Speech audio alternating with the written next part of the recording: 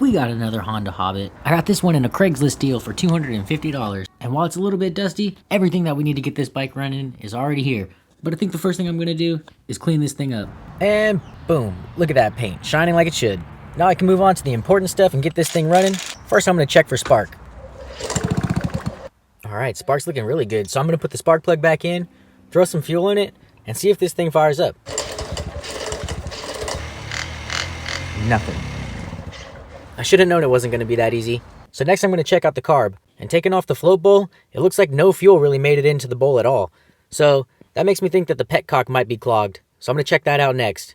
And now it makes sense looking at the inside of this petcock why no fuel made it to the carb. This thing was really clogged. I'll clean that one up later, but for now I'm gonna throw a new one on, and it looks like we got flow. Yeah, dog. While I was fixing the fuel issue, I had the carb in the ultrasonic cleaner, which is a great machine for cleaning out all the little passages in these carbs.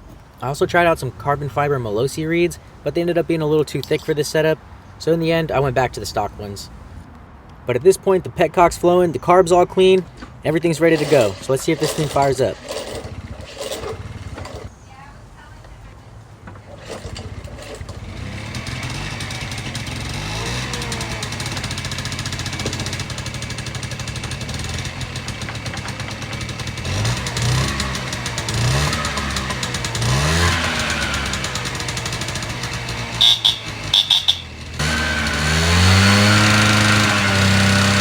At this point, I'm hearing the four-stroke a little bit at full throttle, so I'm thinking it's rich.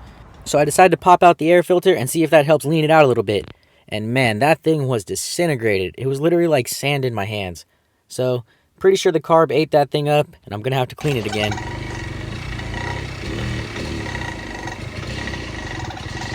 Yeah, it's not happy.